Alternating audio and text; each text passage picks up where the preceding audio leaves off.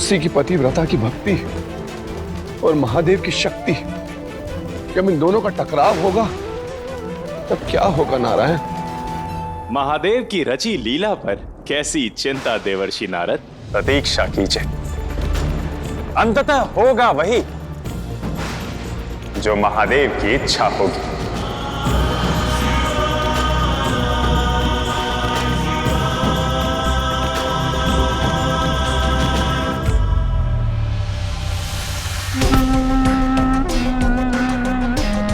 युद्ध भूमि में मन और मस्तिष्क दोनों सज्जे रहने चाहिए भाई।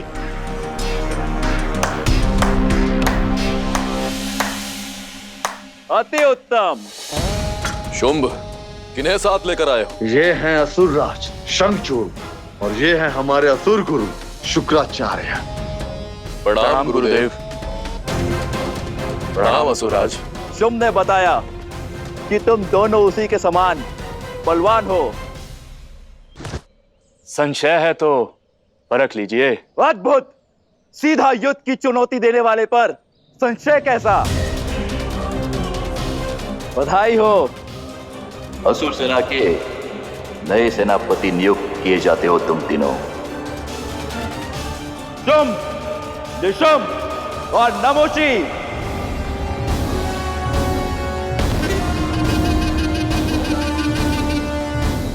क्षमा कीजिए असुरराज, हम तीनों भाई सेनापति का पद स्वीकार नहीं कर पाएंगे।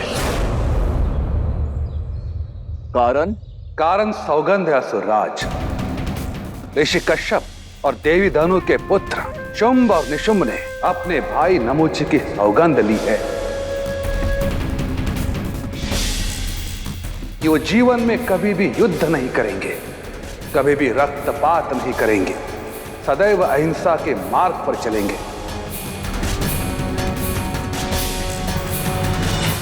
और यदि इन्होंने असुर साम्राज्य के सेनापति का पद स्वीकार किया तो आजीवन ये तीनों भाई युद्ध से विमुख नहीं हो पाएंगे।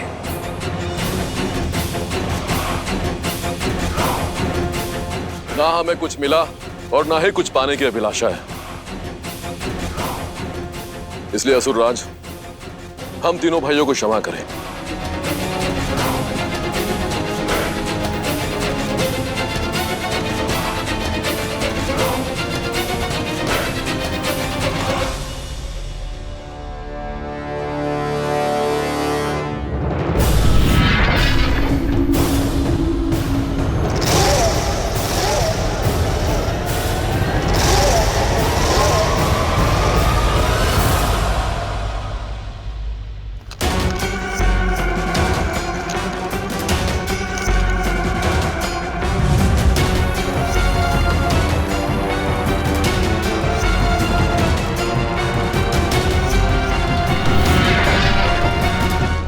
मैं असुरराज शंखचूड़ इस पवित्र अग्नि की सौगंध खाकर कहता हूं कि मैं पग पग पर तुम तीनों भाइयों के साथ खड़ा रहूंगा।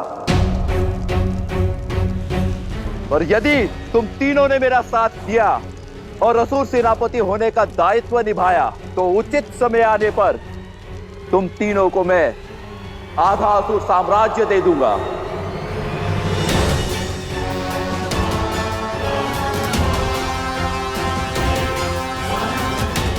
आशा करता हूं कि तुम तीनों इस शुभ अवसर को जाने नहीं दोगे। मैं असुर लोक में तुम तीनों की प्रतीक्षा करूंगा।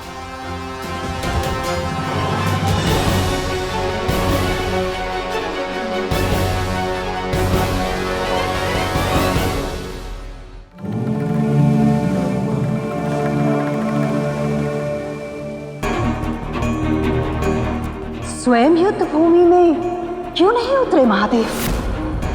तुम मानो या ना मानो कार्तिकेय, परंतु महादेव ने अपने गण से तुम्हारा युद्ध तुम्हें हरवाने के लिए किया था।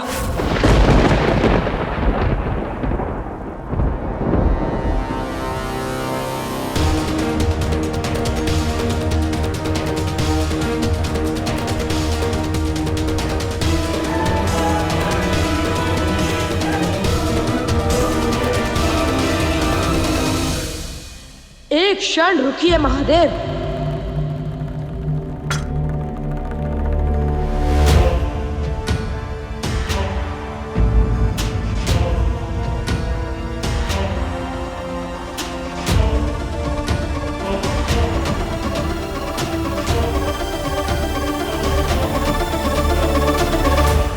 महादेव, आपने मुझसे युद्ध क्यों नहीं किया? क्यों उस तुच्छ गन से मेरा द्वंद्व करवाया?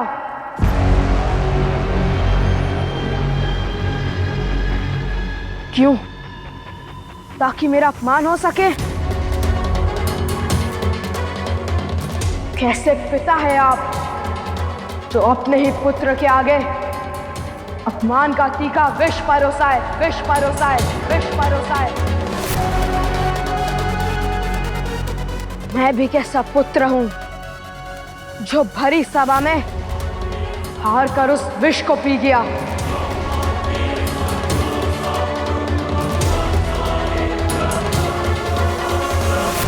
कार्तिकेय, उस सभा में एक और घटना घटी थी जिसे तुम स्मरण ही नहीं कर रहे हो। कौन सी घटना महादेव? जब तुम हारे, सभा में सभी शांत थे, किसी ने भी जीत का उल्लास नहीं मनाया।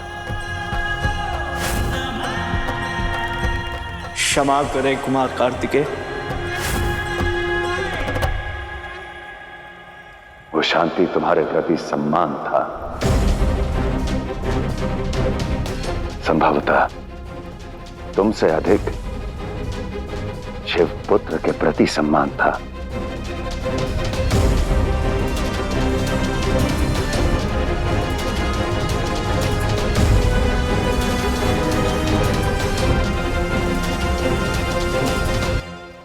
तुम मुझे सदा पूछते रहते हो ना कि शिवपुत्र होने का क्या लाभ? ये मान सम्मान, ये शिवपुत्र होने का ही अर्थ है पुत्र।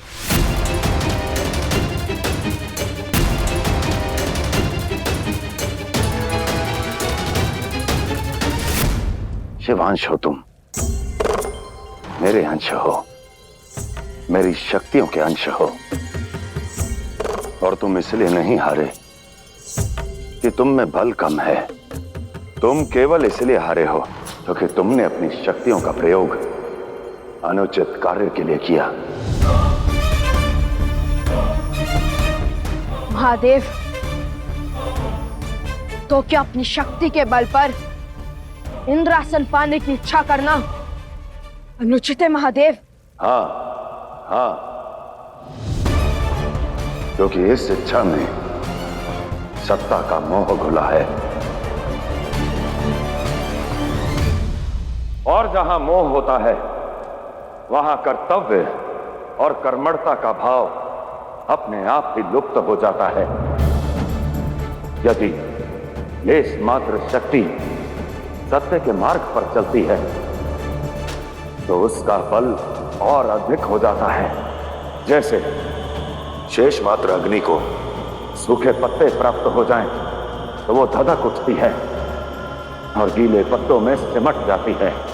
ठीक उसी प्रकार यदि शक्ति को सत्य प्राप्त होता है तो धधक उठती है, और यदि असत्य प्राप्त होता है तो सिमट जाती है। यदि इस भेद को समझ लोगे तो जीवन सरल हो जाएगा।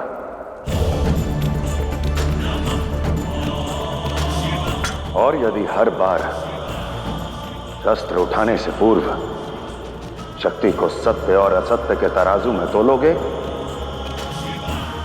हर बार विजयी होगे।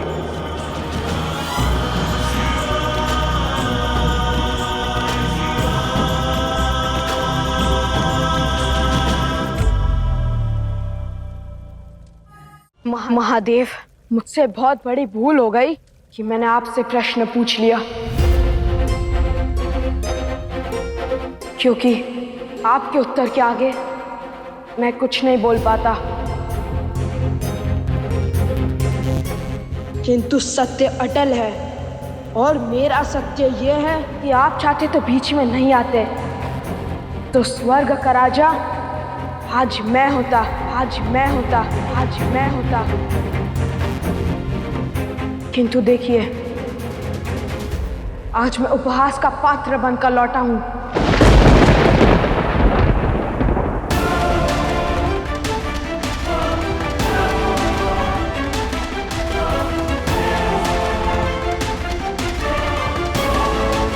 और ये पीड़ा प्रकट होइए महादेव, प्रकट होइए महादेव, प्रकट होइए और हर महादेव।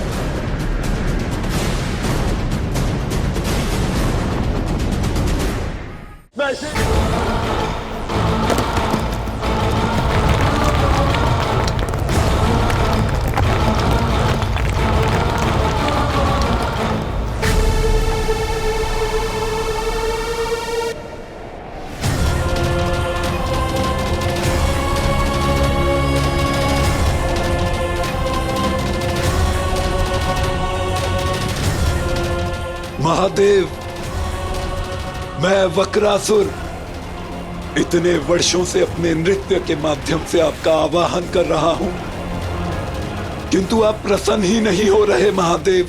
मेरे सब्र का बांध अब टूट चुका है महादेव।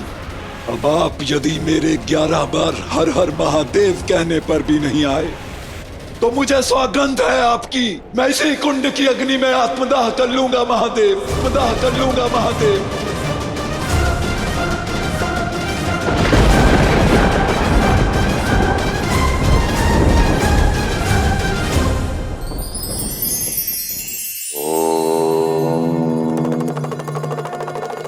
भक्त और भगवान, इनका संबंध तो संपूर्ण संसार में सबसे पावन माना जाता है, किंतु जब मनुष्य अपना कर्म भूलकर केवल प्रार्थना पर निर्भर रहता है तो ये उसके उदय का नहीं, अस्त का संकेत है, क्योंकि ईश्वर भी केवल उन्हीं की सहायता करते हैं जो सदैव प्रयास के लिए सज्ज रहते हैं। इसलिए सदैव स्मरण रखिए, प्रयास इस प्रकार करें जैसे सब कुछ केवल आप पर निर्भर करता है।